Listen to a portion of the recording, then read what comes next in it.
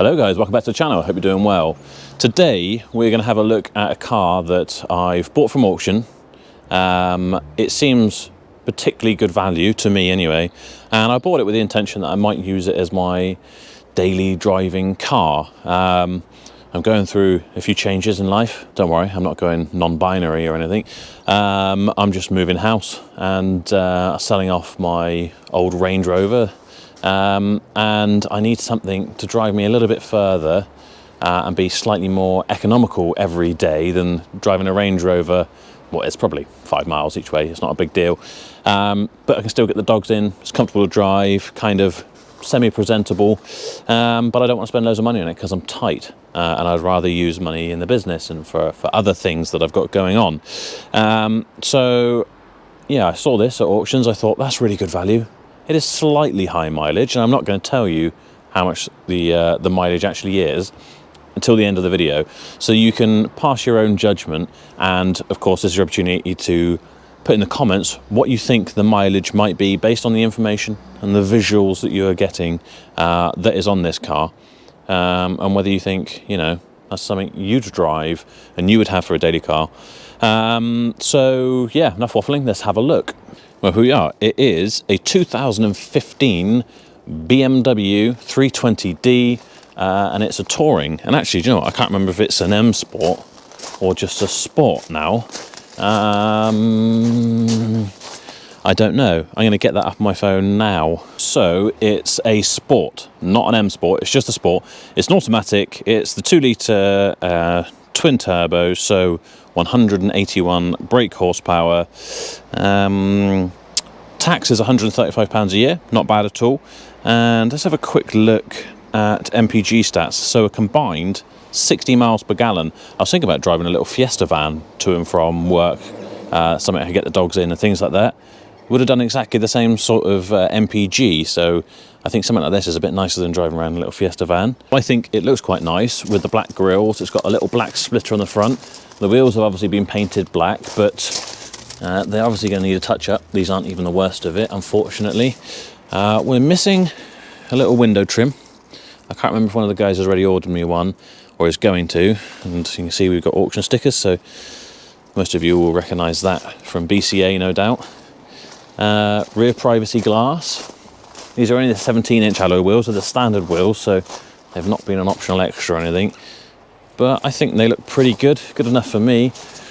We've got rear parking sensors, a bit of a gloss black trim around the back. Bodywork's actually pretty straight. I think this is the worst alloy wheel, as it usually is. Near side front, curb side closest. Yeah, it's quite smart looking, really, isn't it? The front bumper, unfortunately, is probably one of the worst parts. We've got a little bit of damage there, lots of chips on these grills, but we can touch that up, and we can touch in a few little bits on the bumper and the front like that. You're not expecting it to be perfect on a, what would this be now, 8-year-old car? But to my eye, that's still a smart looking car. Let's have a look inside. Just the one key with this one. It is this style, so it's a keyless ignition, but it's not keyless entry. That would have been an option. So it's cloth interior, which I think BMW do some quite nice cloth interiors, but their interiors on the whole aren't that interesting. But I do like that this one's got the little red accents. It just kind of breaks out from being just a sea of black. As I say, it is the automatic. It's got the smaller screen for the navigation and infotainment system.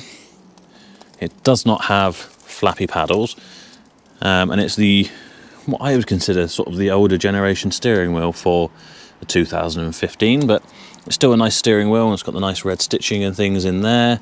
You've still got your sport modes, etc, etc. Seats could do with a good wet vac, really.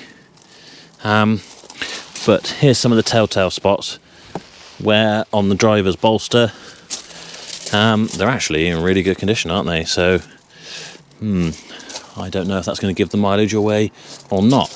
Leather around the handbrake gaiter looks good. Trims and everything aren't really worn out. Let's have a quick look in the back. It's cleaner in the back than it is in the front, so Maybe that tells us there hasn't been tons of kids in here. There's a few scuff marks and things. Very basic cup holder set up in the back. Is this a through luggage one? Oh, it could be. Yes, it is.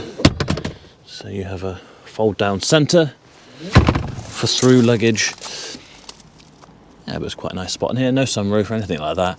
It's pretty base spec. There are a few options, but the only option on this car that was a paid for option was about £200, and it was for sun protection glass. So certainly not a high spec car. One big plus for me is that it has an automatic boot. When you have two big dogs and you want to just let them hop out, that is quite convenient. It's still got the parcel shelf in there, which also includes the dog guard, which is a bonus. I mean, my nightmare of a dog, Bashkim, could probably try and squeeze through there, but he probably won't. We've got a set of mats. Oh, we've got two-stage thing. Here's our towing eye, screwdriver, locking wheel nut key, storage in there. I guess this being a BMW, you don't get a spare wheel. So there's our first aid kit, a GB sticker, so it's probably been abroad. I do like little features on cars like these shopping bag holders, because as we all know, you put your shopping in the back and it all slides around everywhere. That's a feature that I actually really would and do use if a car has it. But look at the condition of the boot. It looks like, you know, pretty much new. There's a bit of grubby, bit of dust and whatever in here, but it's really clean. No real damage, no sand and dog hair and stuff in it. It looks pretty decent. None of these little clips are broken for the cigarette holder or whatever. I mention all this stuff because I need you to keep in mind what you think the mileage is going to be on this. Another bonus as well is that you've got the split screen opening on these Touring 3 Series. It's a nice little, if you want to reach in or you want to let the dogs have something and not actually let them run out, that's a bonus. Okay, like I say, it is basic in here for a BMW. It's not a high-spec BMW, but it's still got lots of nice things. We've got automatic lights. It's going to have automatic wipers. We've got the media screen. It is the smaller version. It's not the optional extra upgrade, but it's still nice to have. We've got the MMI system. Do you know, the honest truth is I don't know if this does have navigation or not. I haven't actually driven this car yet. I'm going to be very conscious of not letting you see what the mileage is. So let's just check. Have we got navigation, or is it going to tell me we've got navigation? Let's check that out. So there we are, and that's actually probably flickering on your screen, but a super nice clear display. Let's turn that down, and that was music playing via Bluetooth on my phone, which I just set up. So we've got Bluetooth music as well. That's a big important thing for me, for a car that I'm going to drive, so I can listen to music, podcasts, whatever, and not stuck listening to some dreadful radio DJ host who's driving me mad. So that's a bonus. It's a real shame there's no heated seats in here. That would definitely have been something I would have liked, but you can't win them all. We've got cruise control. Again, another big feature that I have if I'm going to do a longer journey, get on the motorway and stuff. I just want to be able to put it in cruise control and just cruise along for that journey. Dual zone climate control, obviously, as you'd expect in a car like this. We've got some manuals in the glove box here. I don't think we're going to find much in the way of service history because this is BMW. I have a BMW printout which tells us that it has had 5 services, or at least that's the history that we've got. I can't tell you what the mileages were or whatever, otherwise it's going to give the game away. Let's have a little look under the bonnet and see what kind of condition that is in, because as far as I'm concerned, the car, interior wise and exterior wise, looks pretty decent really for what you'd expect of a car that's 8 years old and has high-ish miles on. Yeah, let's have a look at that and see what we think there. Okay, here we are, BMW twin power turbo. Look how nice it all looks. Everything's really shiny and clean. Looks like it's barely been used a day in its life, to be honest. Nothing broken is really jumping out at me, other than this little plastic trim, actually. Something to do with that. No, that's not the battery cover. That'll be in the boot, won't it? That's broken there anyway. Maybe it's got hit by one of these latches as it comes down. Yeah, doesn't it look clean? No signs of any oil leaks or whatever. Even the plastics look clean. Hoses, air intakes, everything all look clean. Even the steering column, rack, whatever that you would call that, looks clean. Let's have a little look at the coolant. Okay, so we've got the dark green coolant, but that's nice and clean. Oil. This is a diesel, let's not forget. So you expect the oil to be black and dirty, but there's no signs of any gunkiness or weirdness there. It's just crazy that even like the sensors look new. Yeah, looks good, doesn't it? No signs of rust or anything around the edge of the bonnet. That's some writing from the auction. Yeah, quite impressed with that. So I paid 50 quid over £6,000 for this car, so essentially £6,000. The MOT runs out tomorrow, so we will have to get it MOT'd and find out what comes up with that. I'm going to need to get trim, but other than that, I don't think this car really needs any work, other than little touching up bits that we can probably do ourselves, touching up wheels and things. If it's going to be my daily driver, it doesn't need to be perfect. So £6,000 in this condition, another opportunity to try and think what the mileage might be. Make your guesses now. We'll head out on the road and we'll see how it drives.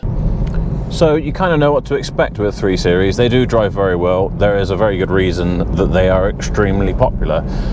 It's comfortable, easy to drive, it feels planted, it handles, yada yada yada. It's all really good. More to the point with this one, I guess, is taking it out and finding out if it's rattling its head off or feels really loose and lackluster, but no, it feels right on the money. It feels like a car with, say, 50,000 miles on. Everything is really tight, even the interior is not squeaking. The only issue that I had right off the bat was that I didn't really fit in the seat, and then I remembered that BMWs have these inflatable side bolsters, don't they? I didn't think they did it on a cloth version, but they do.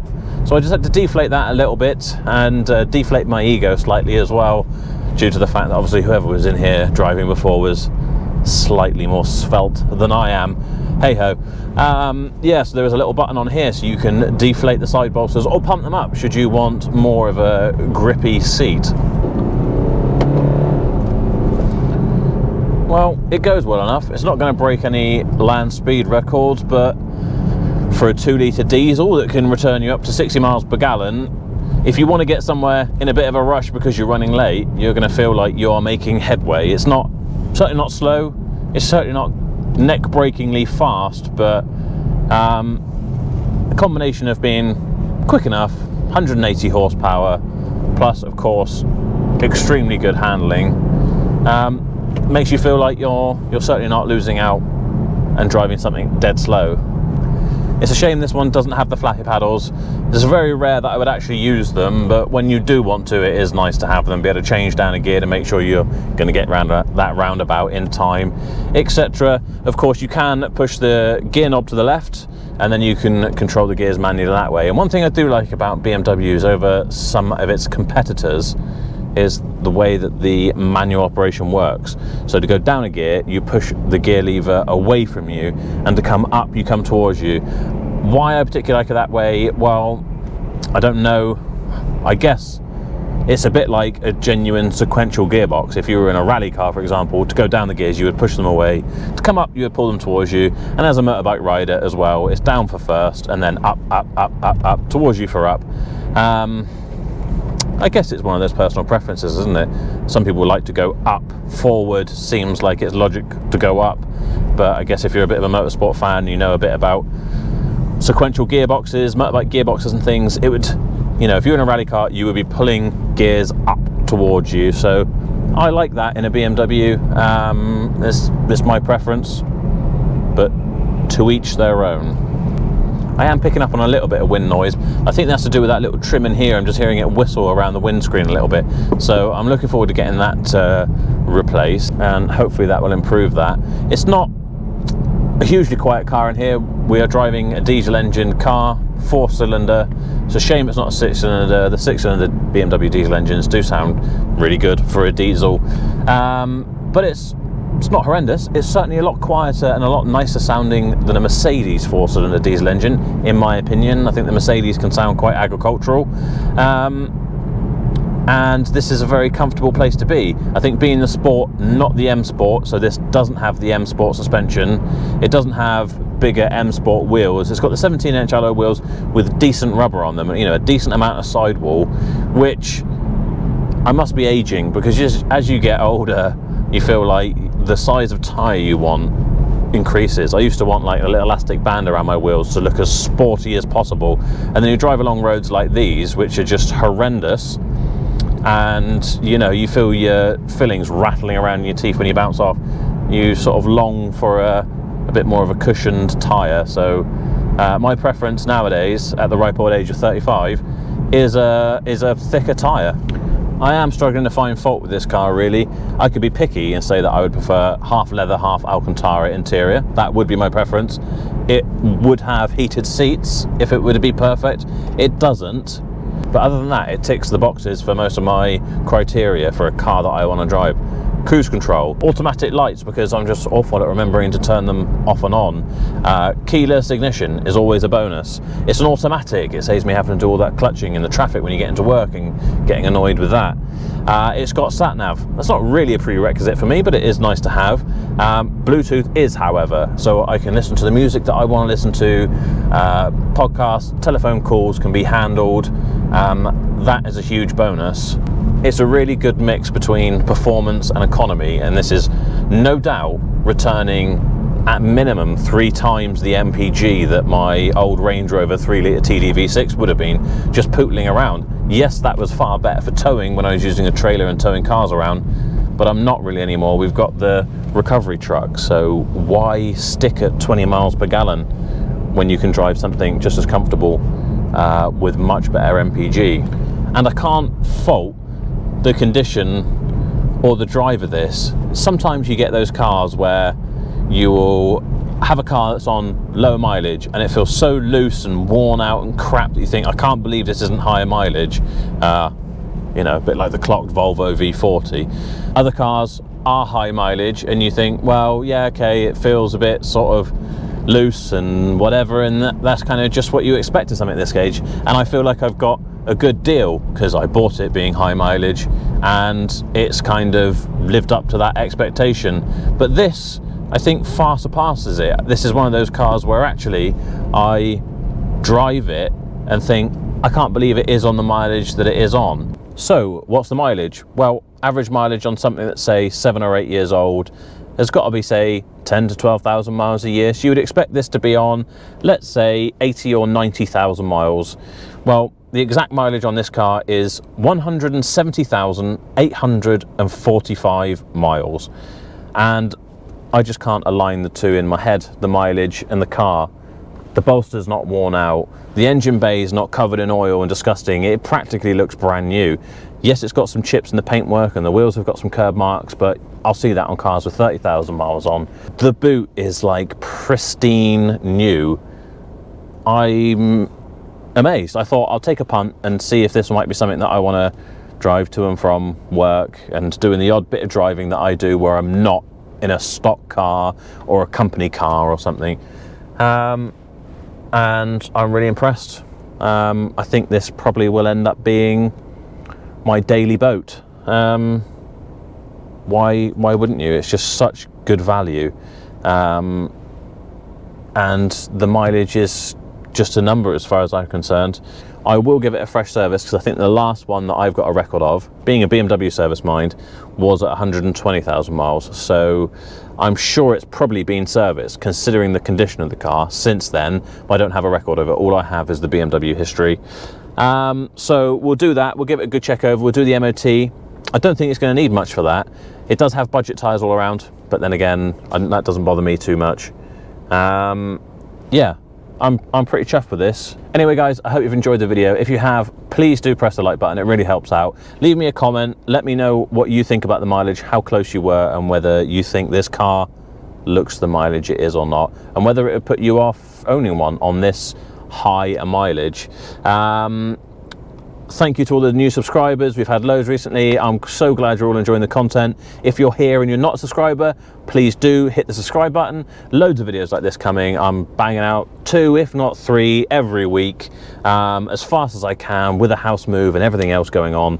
I really appreciate it, guys, and I will see you in the next video.